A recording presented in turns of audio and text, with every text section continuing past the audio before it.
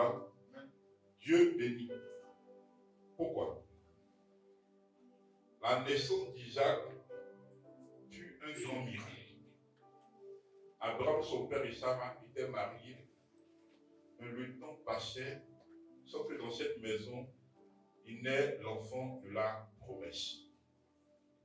Alléluia.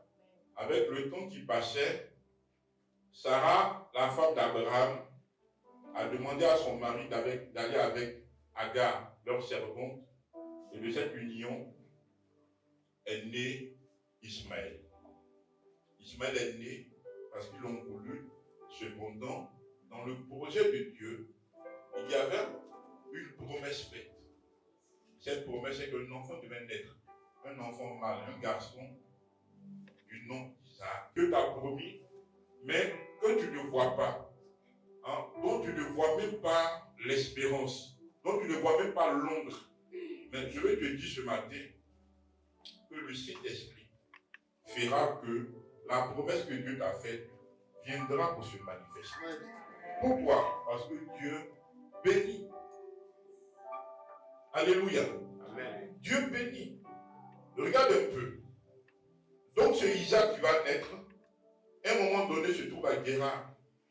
Dans un temps de la famille, en tant qu'homme, nous quittons toujours là où la pauvreté frappe. Oui, il faut appeler les choses par le nom. Amen. Amen. Amen. Tous les déplacements des hommes, c'est parfois une zone où l'on peut avoir un mieux-être. Alléluia. C'est pourquoi il y a des gens qui n'ont même pas de village. Eux, ils se déplacent là où ça peut aller. Donc, pendant que nous sommes encore à l'état de nos villages, des choses comme ça, ce n'est pas mauvais, mais les gens ont dépassé ça. Ils ont compris que c'est là où tu travailles, que tu as l'argent tes choix. Ça aussi, c'est une bonne manière de penser. Amen. Le fait aussi de rester au niveau des villages, ce n'est pas mauvais. Mais je veux dire à un moment donné, la Bible nous montre que l'homme a en lui le pouvoir de transformer tout endroit où il se trouve pour son bien-être. Quand Dieu a créé et formé Adam et Ève, la Bible dit que Dieu les bénit et leur dit. Autrement dit, la bénédiction de Dieu, c'est l'action par laquelle il confirme sa parole. C'est une parole de prospérité. C'est une parole de bonne santé. C'est une parole de progression. C'est une parole d'épanouissement. C'est une parole de bien-être. La bénédiction, c'est quoi? C'est le bien-être total. Sur le plan spirituel, sur le plan économique, sur le plan financier, sur le plan social, sur le plan physique.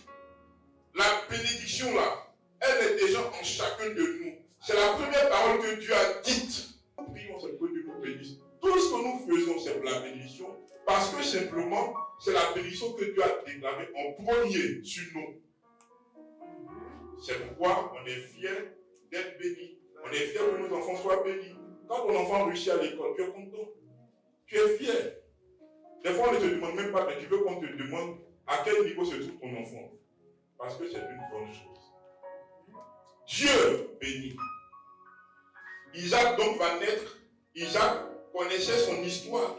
Il sait qu'il est né des parents qui ont jeûné, prié, qui ont recherché, qui naissent.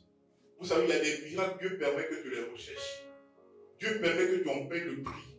Pour que demain, par ta vie, les personnes qui vont traverser la même épreuve là, tu deviens leur pasteur, tu deviens leur prophète, tu deviens quelqu'un qui viendra pour leur dire que c'est vrai.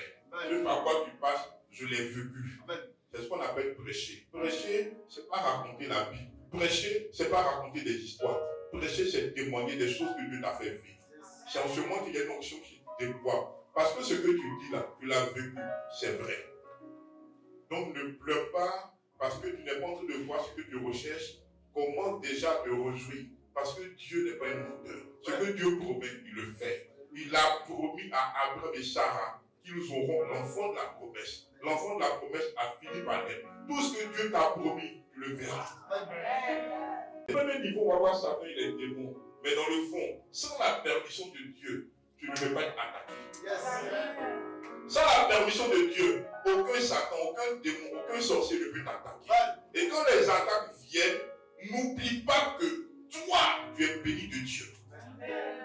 Et en tant que béni de Dieu, tous les événements qui se déroulent sur la terre viennent être des instruments de ta bénédiction. Quel que soit ce qui se passe, c'est pour la gloire de Dieu dans ta vie. Les situations que tu vis, parce que Dieu sait que c'est par toi, l'histoire de tout un peuple va changer. Tu vois, tu as une étoile qui est particulière. Et cette étoile qui est particulière dérange le monde des ténèbres. Mais c'est par toi que Dieu va mettre fin à certaines malédictions de famille. C'est pourquoi tu as l'impression que tu les vis. Mais c'est pour que quand toi tu te lèves, les choses changent. Isaac, Dieu bénit. La même manière dont il a béni Abraham, c'est comme ça que lui, Dieu va le bénir. Et quand nous parlons de Galates au chapitre 3, la Bible, tous ceux qui croient en Jésus-Christ sont bénis comme Abraham le croyant.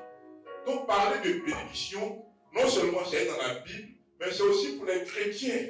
Et le même apôtre Paul dit quoi? Il dit, nous en tant que chrétiens, nous sommes bénis de toutes sortes de bénédictions spirituelles en Jésus-Christ dans les lieux célestes.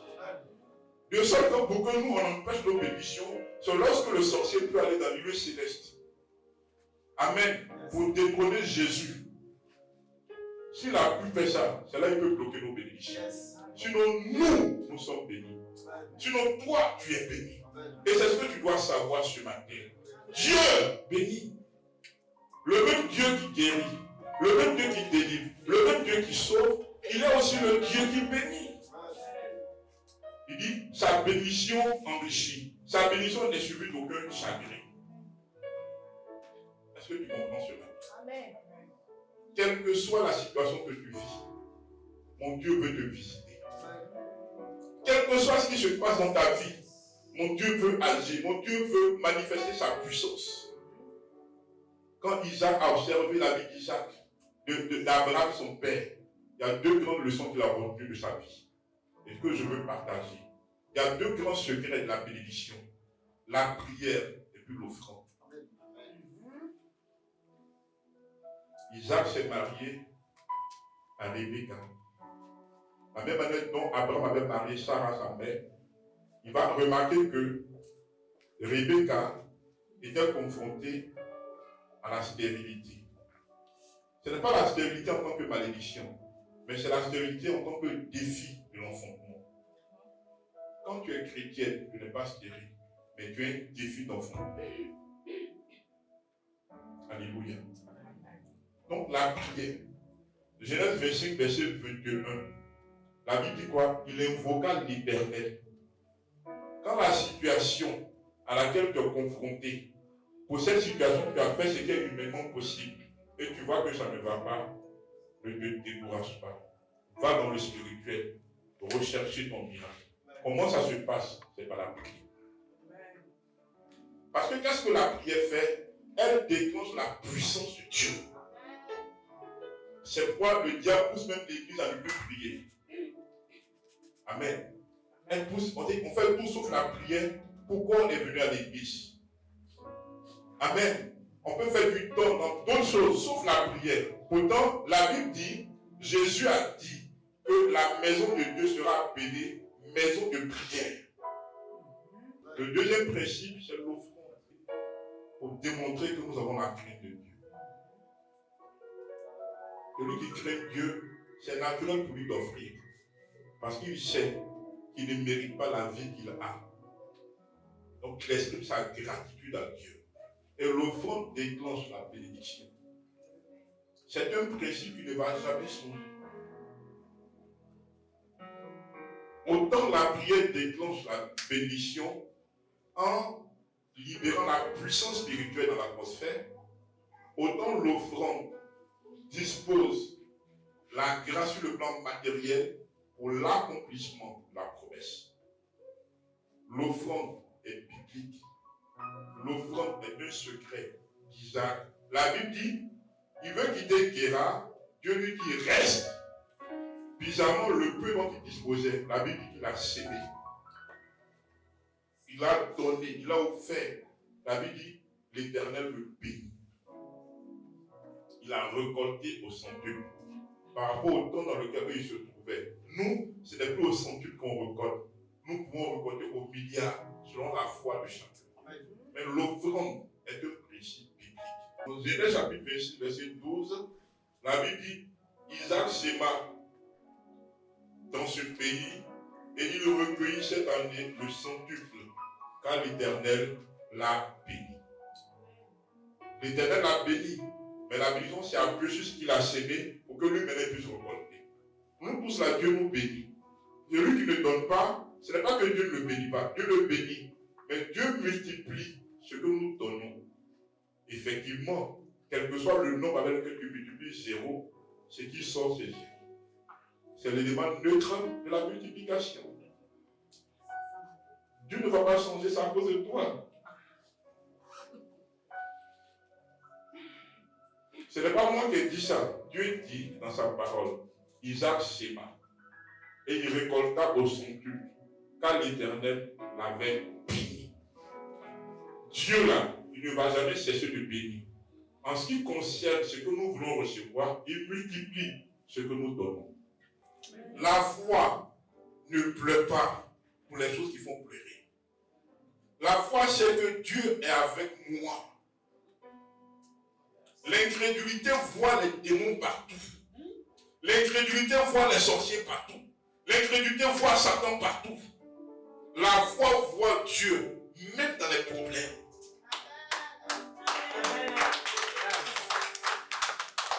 Est-ce qu'on se comprend ce matin?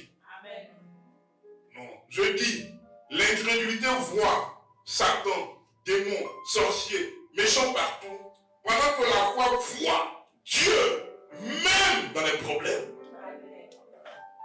La femme qui, pendant 12 ans, a saigné, a vu Dieu. Quand humainement j'ai tout fait que ça ne va pas, ce qui me reste là, c'est ma foi.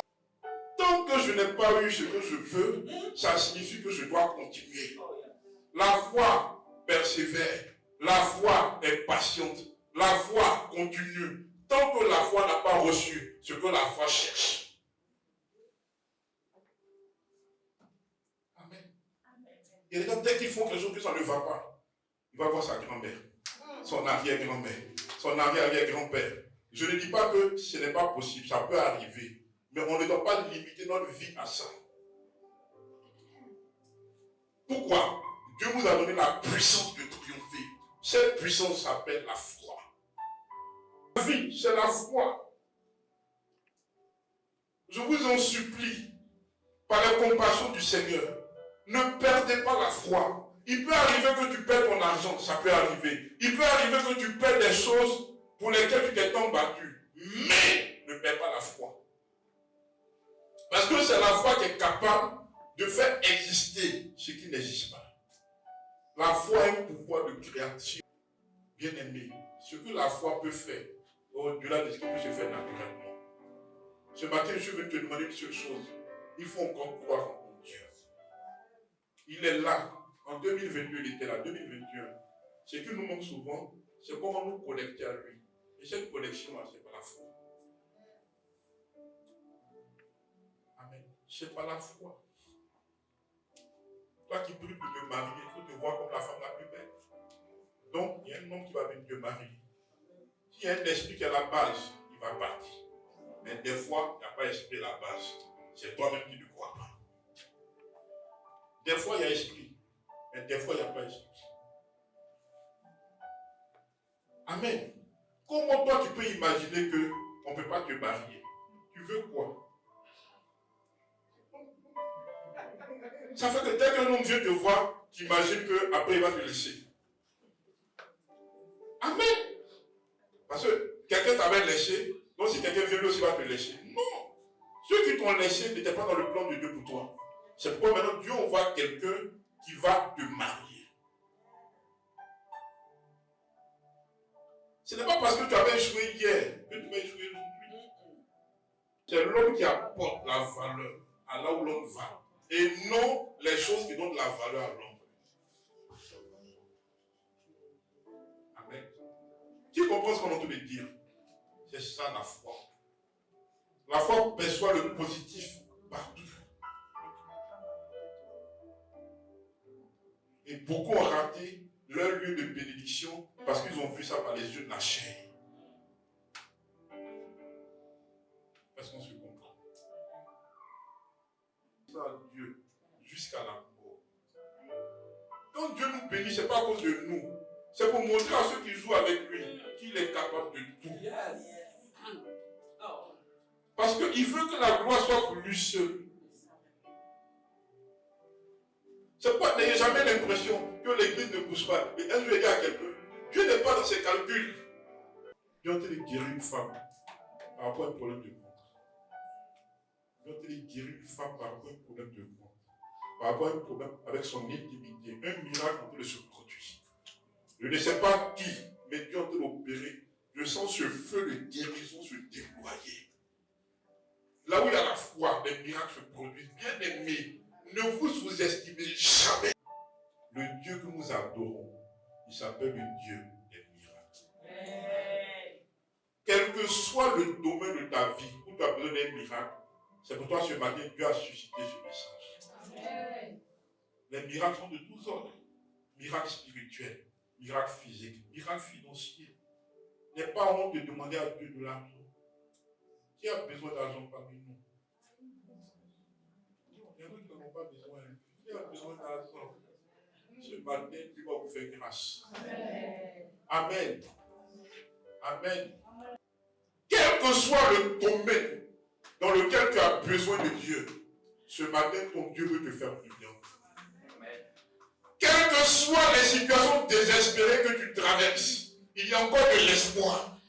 Le Dieu qui a ressuscité Lazare d'entre les morts est présent par son esprit. Le Dieu qui a guéri cette femme qui depuis 12 ans saignait, celle qui l'a touchée par Jésus-Christ, celle qui a été guérie, son Dieu là est présent ce matin. Je ne connais pas le nombre d'hôtels, de malédictions. Je ne connais pas le nombre des sorciers qui se lèvent contre ta vie. La Bible dit, le bouclier de la foi était les traits enflammés du mari. Ça veut dire que la foi est un moyen de destruction des œuvres de l'ennemi. Sans la foi, on ne peut pas mener des combats spirituels. C'est pas pour les personnes nous souffrons de nos jours. On prie aux jeunes avec les hommes. Mais dans le fond, ils n'ont pas la foi. Ce matin, pendant que la foi est d'être restaurée, l'ange de Dieu lui-même se lève pour combattre pour toi. Et Dieu a ouvert mes yeux. Je suis de voir des gens de la vie de qui Dieu a extirpé, ôter le pouvoir de la mort. On peut se lever les mains vers le ciel.